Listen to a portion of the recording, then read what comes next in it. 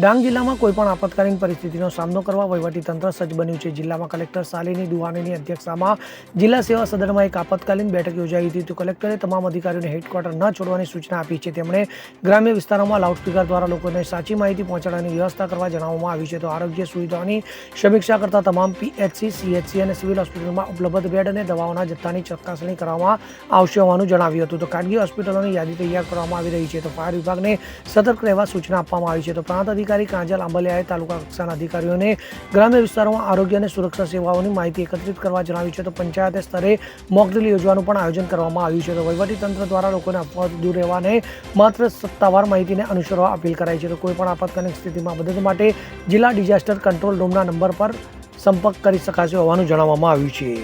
Bureau report CN24 news.